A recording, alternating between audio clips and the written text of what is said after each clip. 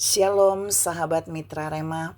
Hari ini kita akan sama-sama mendengarkan firman Tuhan yang terambil dalam kitab Yosua 6 ayat yang ke-19 yang berkata demikian. Segala emas dan perak serta barang-barang tembaga dan besi adalah kudus bagi Tuhan.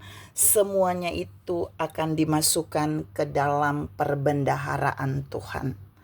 Demikianlah firman Tuhan. Dan firman ini akan sama-sama saudara dan saya renungkan di hari ini, yang saya beri judul Emas dan Perak, Silver and Gold, seri pertama. Jadi tema emas dan perak ini saya akan membahasnya 4 hari berturut-turut, dan ini hari pertama saya membahasnya. Ya, kita mau lihat saudara tentang emas dan perak atau silver and gold. Kalau saudara dengar hari-hari ini di sepanjang bulan Januari, orang begitu euforia dengan kenaikan emas dan perak yang melambung sangat tinggi. Tapi kita juga mau lihat di dalam Alkitab, dalam Yosua 6 ayat 19, apa yang Tuhan katakan tentang silver and gold, tentang perak dan emas. Yang pertama dalam Yosua 6, kalau saudara baca baik-baik, itu Tuhan mau tunjukkan buat saudara dan saya bahwa di dalam Yosua 6, itu kota pertama yang ditaklukkan oleh Yosua dan bangsa Israel, yang dikalahkan melalui mereka mengelilingi tembok Yerikho, itu adalah kota Yerikho. Dan Tuhan berjanji, kalau saudara baca baik-baik, semua jarahan di kota Yerikho tidak boleh diambil oleh orang Israel dan Yosua. Tidak boleh dibawa pulang untuk menjadi milik pribadi. Semuanya harus dibawa ke rumah perbendaharaan Tuhan. Kita lihat, jadi jarahannya dalam bentuk apa? Silver and gold. Jadi di sini dibilang segala emas dan perak, bahkan ada barang-barang dari tembaga dan besi, itu kudus bagi Tuhan. Itu gak boleh diambil oleh bangsa Israel dan Yosua. Tapi semuanya itu harus dimasukkan ke dalam perbendaharaan Tuhan, ke dalam kemah pertemuan, kemah suci, ke dalam tabernakelnya Tuhan. Itu Tuhan bilang buat Yosua dan bangsa Israel.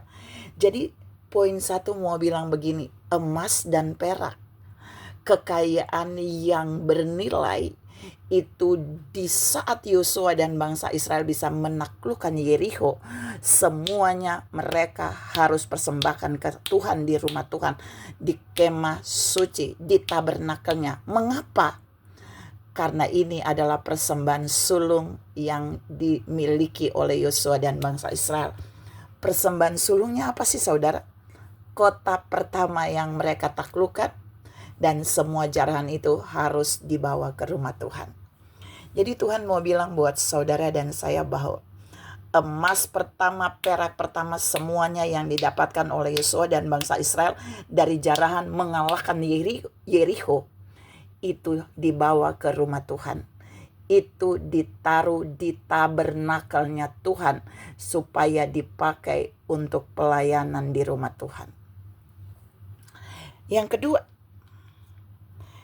kedua, Tuhan juga mau bilang buat saudara dan saya bahwa ketika Tuhan menaruh firman ini bagi Yosua dan bangsa Israel, artinya Tuhan sedang menunjukkan bagi Yosua dan bangsa Israel bahwa nilai tertinggi dari jarahan mereka, emas dan perak, besi dan seterusnya, itu adalah milik Tuhan. Tuhan berhak menerima yang tertinggi, yang terbaik dari semua yang didapatkan oleh Yosua dan bangsa Israel, bukan sisanya. Jadi poin 2 nih mau bilang buat saudara dan saya bahwa Yosua dan bangsa Israel harus memberi yang terbaik. Sudah persembahan yang sulung, semuanya harus diberi, dan itu yang terbaik. Ada emas, ada perak. Saudara yang saya kasihi dalam Tuhan Yesus Kristus, dan setelah kota lain, setelah Yerikho, bukan setelah kota lain. Setelah Yerikho ditaklukkan oleh Yosua dan bangsa Israel, maka di kota-kota lain Yosua dan bangsa Israel boleh membawa pulang jarahan dari kota di mana mereka taklukkan. Saudara yang saya kasihi dalam Tuhan Yesus Kristus, jadi Tuhan itu sedang mengajar Yosua dan bangsa Israel bahwa yang pertama itu pasti untuk Tuhan. Seterusnya baru mereka mendapatkan jarahan. Mari Tuhan mengajar saudara dan saya hari ini bahwa waktu kita mendapatkan sesuatu yang Tuhan beri, kita jangan lupa mempersembahkan segala yang terbaik bagi Tuhan.